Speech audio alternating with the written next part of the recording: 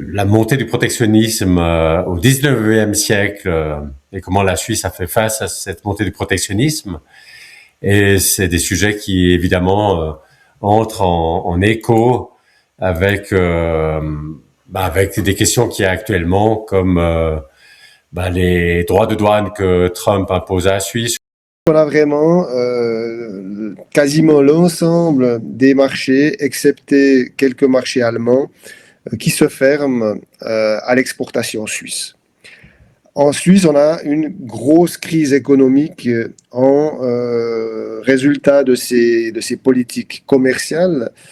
On a notamment l'industrie du coton qui est décimée. C'est 50 à 60 000 emplois qui sont supprimés. À l'époque, on avait seulement 2 millions d'habitants, on n'en avait pas 10.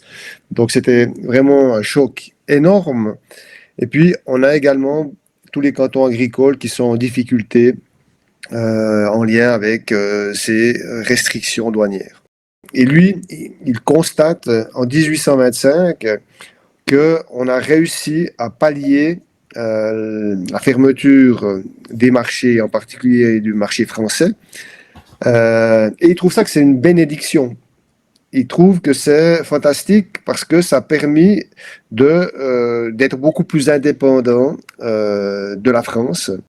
Et en fait, si on regarde la suite du développement économique de la Suisse, ça va être effectivement une bénédiction. Ça sera un atout fantastique d'avoir ces réseaux à l'échelle planétaire.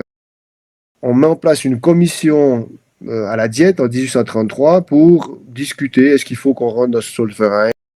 Et puis, il y a l'aspect politique qui entre beaucoup en ligne de compte dans le refus de rentrer dans la Zollverein. Premièrement, et là on a un affrontement, on a plusieurs débats, et finalement la Confédération décide de ne pas engager une guerre douanière contre le Zollverein. À mon avis, on peut tirer deux enseignements